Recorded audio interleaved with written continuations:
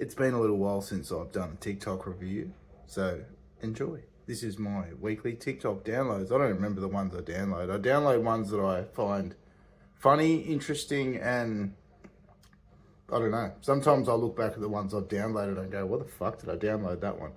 So, here they fucking are. Dreams of a gun nut, what did he dream of? Bottle or a gun nut, big sack of tree sack, pop like a thumbtack, up to the rum shack, chuck a bit of fire left into your rucksack, grabbing up a wombat, cover him in sunscreen, start coming out the underground like a coal seam, dropping like a gum leaf, sucking up a sunbeam, bucking like a prize horse, slide like a mud stream.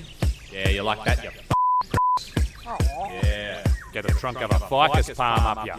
Check out my eucalypt, I got a lorikeet and 50 seasons. I'll be breathing in the freedom of a man amongst the trees. I got a cedar on a plant under my anger for a genius. Yeah, I crawl to my knees and then I fade it to a Guinness.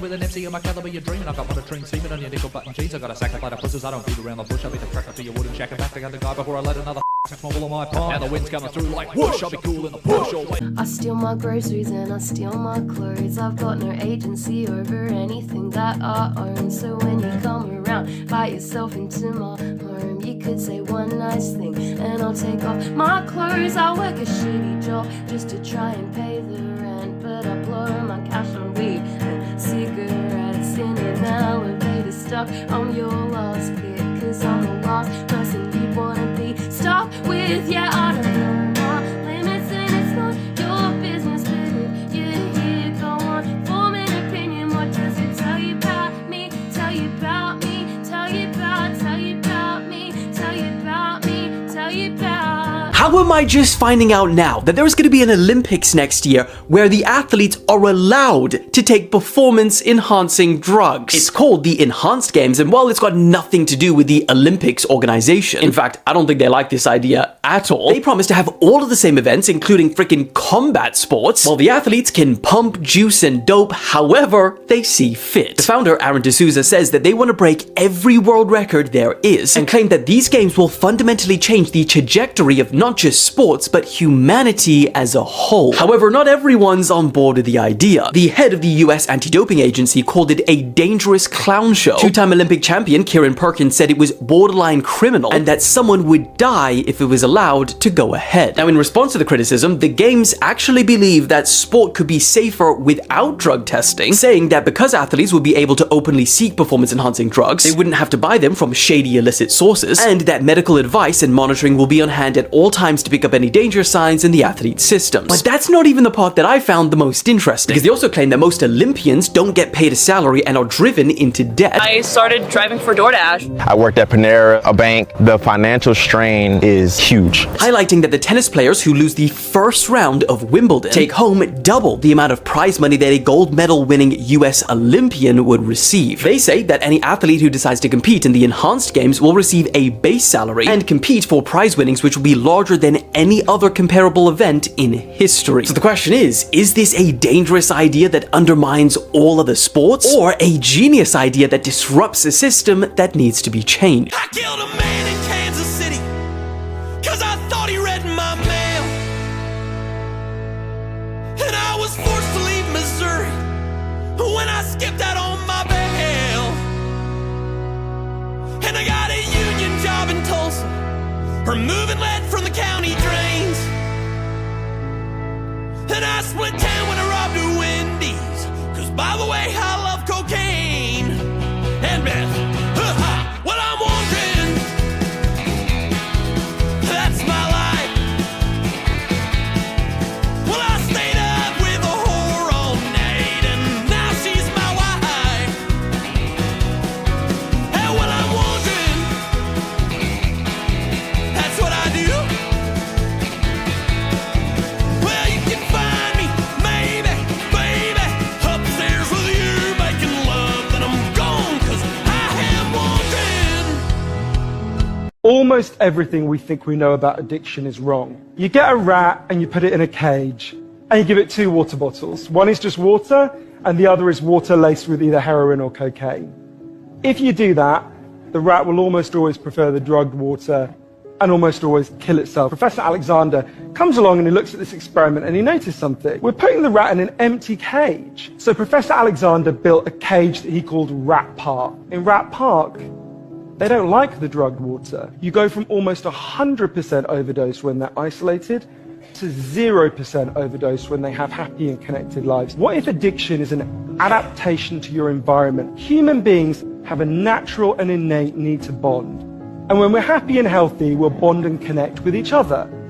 But if you can't do that because you're traumatized or isolated or beaten down by life, you will bond with something that will give you some sense of relief. The opposite of addiction is not sobriety.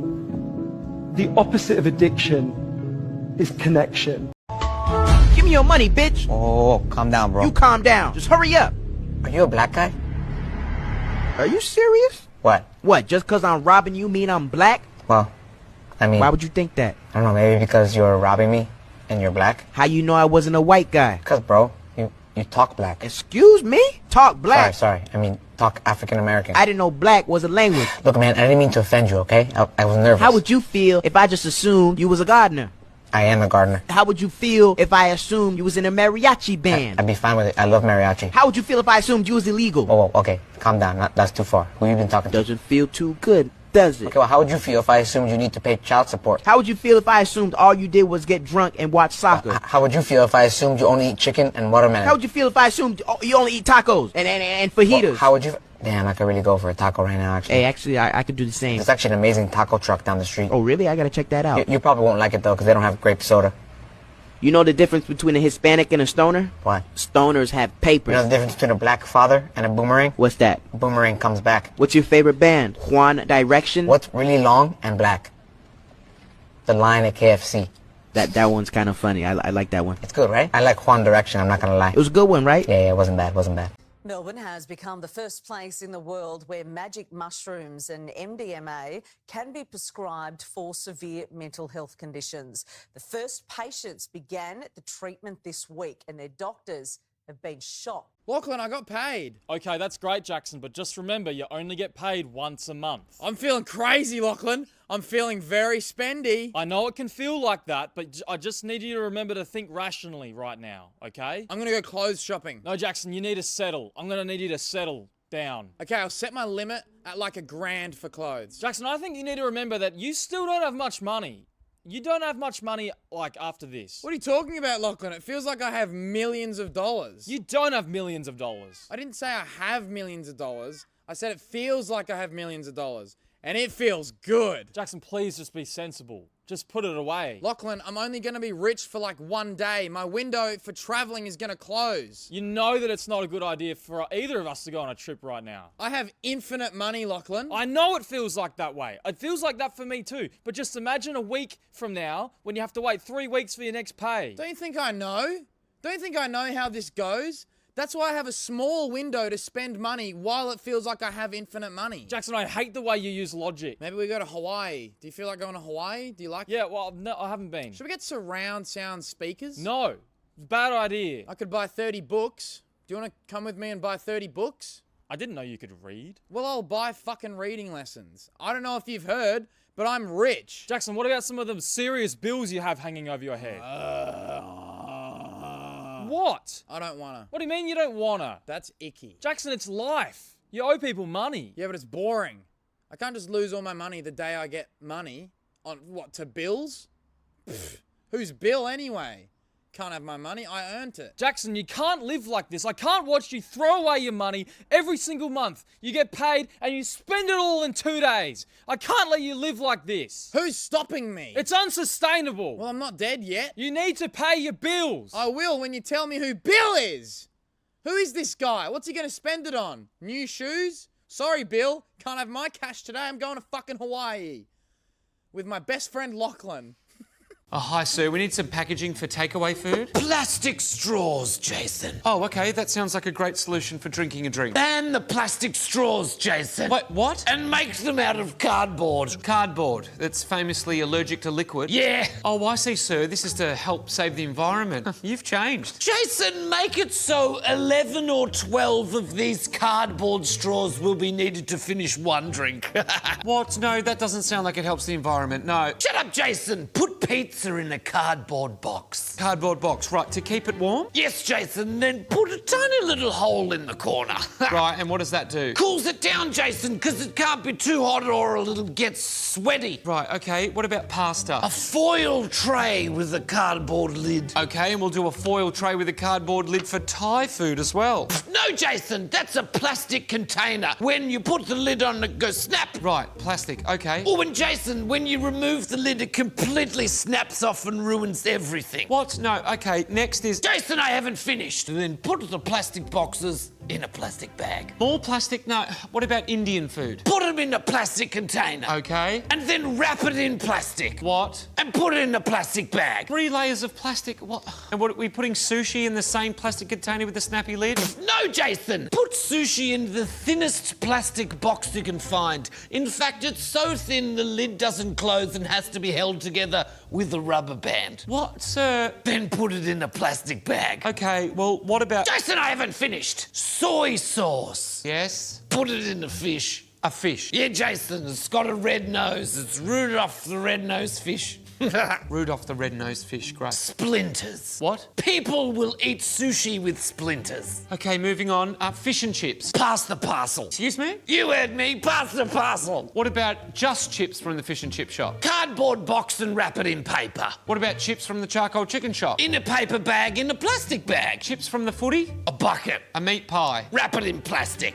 Oh, Jason, but put holes in the plastic so it can breathe. Okay, what about a roast chicken? Where are you getting it from? I don't know, the supermarket? Plastic bag. From the chicken shop? A foil bag. What if you get chicken and chips? Styrofoam. No, that's not good for the environment. Oh, a burger. Put a good burger in a box. A good one? What does that mean? And a shit one, wrap it in paper. Well, what about Macca's? A hamburger? Wrap it in paper. Cheeseburger? Wrap it in paper. A double cheeseburger? Wrap it in paper. All right, and a McChicken burger? I'll wrap that in paper too. No, Jason, that goes in a box. What are you, an idiot? Right, okay.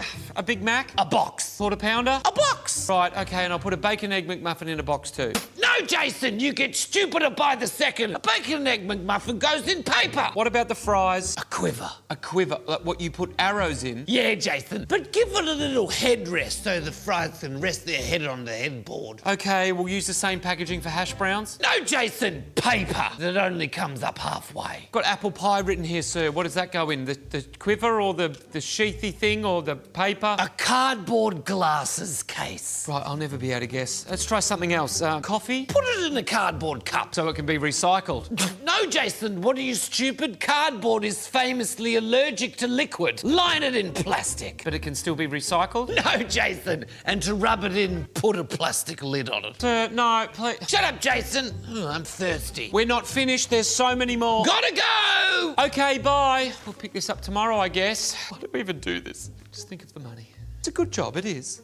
Pays the bills. Does it?